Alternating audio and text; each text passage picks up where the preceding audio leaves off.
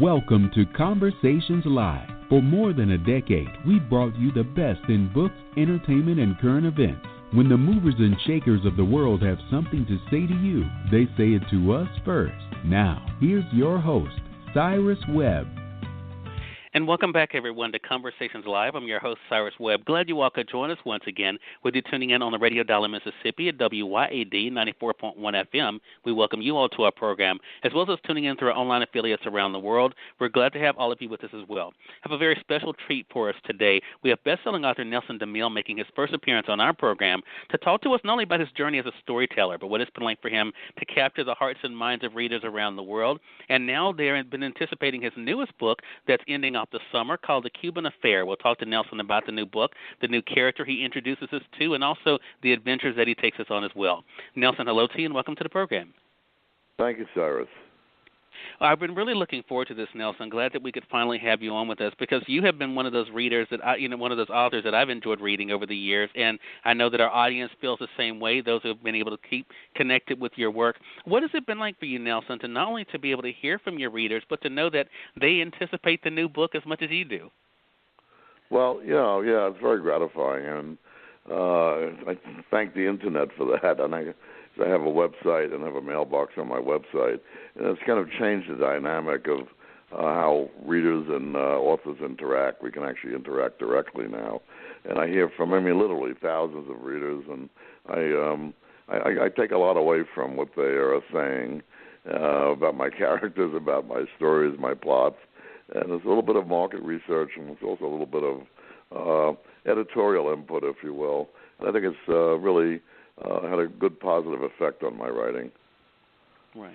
What I enjoy about your work, personally, Nelson, is that not only do you introduce us to fascinating characters, but you also take us into parts of the world that maybe we've heard about, but may not know as much about. You kind of give us, some of that information as you're kind of taking your characters through these adventures.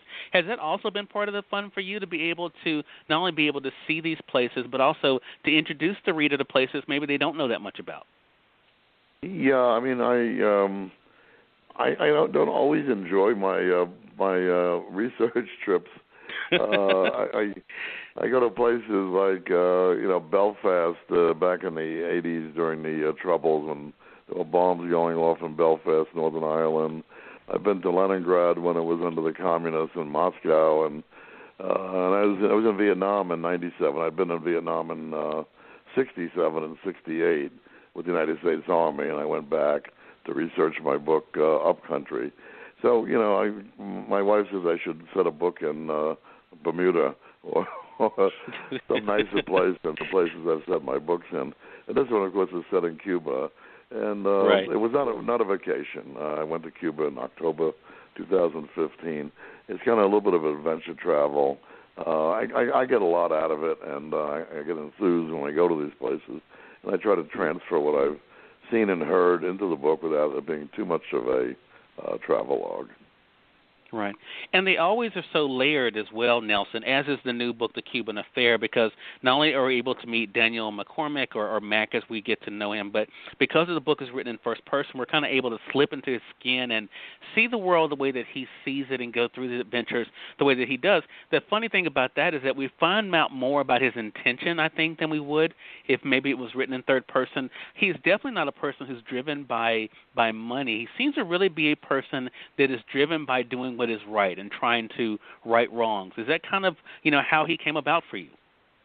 I think so. And one of the reasons, of course, is that he was a U.S. Army veteran. He was an infantry officer and served 2 tours in Afghanistan. He's a college grad, Bowdoin College in Maine, very good college, and spent a year on Wall Street, got bored, and wanted to do something.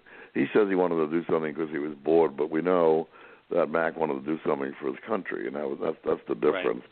He says one thing aloud, but we know that he has more pure motives, as he suggested.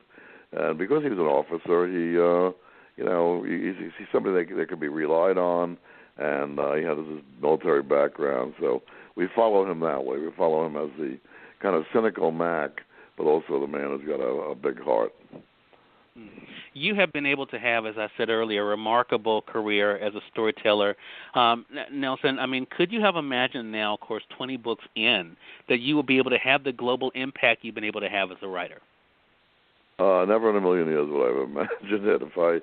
If I knew what this business was about 40 years ago when I started, I wouldn't have gotten into it. But I was naive enough to think if I wrote a novel and gave it to a friend who was an editor that it would get published, and that's what happened to me.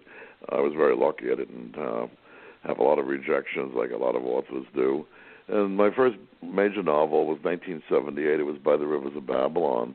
And it was a Book of the Month Club main selection and a Reader's Digest condensed book. And I thought, wow, this is great. But a lot of authors, have the big first book, and then they have what they call second book syndrome, where they become too self-conscious, and the second book often doesn't match the first. But thank God I didn't have that experience either. So it's been one success after the other, and it was obviously a God-given talent that I didn't know I had. And here it is 40 years out, and I'm still doing well. Right, exactly. I think that is so true. For those who are just tuning in, either on the radio side or online, you're listening to Conversations Live. We're excited to welcome best-selling author Nelson Demille to our program. His first visit to our show, we're talking with him not only about his journey as a storyteller, but also his newest book that will definitely keep you turning the page. It's called The Cuban Affair. Now, you mentioned earlier about the Internet, and that definitely has been one of the big ways we've all stayed connected. But you are still out there meeting your fans in person, even with this book. You're out there, going across the country, doing book events. What is it that keeps that fun for you, Nelson? Yeah, I still want to meet my fans, and we do the cross country tours. Publishers are not doing as many of them because of the internet and social media, but I still want to do it, and it is fun. It's probably more fun than my research trips, and I'm doing a tour for this book, and my tour is posted on my website. And you learn something there too. You're really meeting with the fans, and they've got a lot of good questions at the end of one of my talks. And the questions, again, spur me to start thinking about what I'm doing.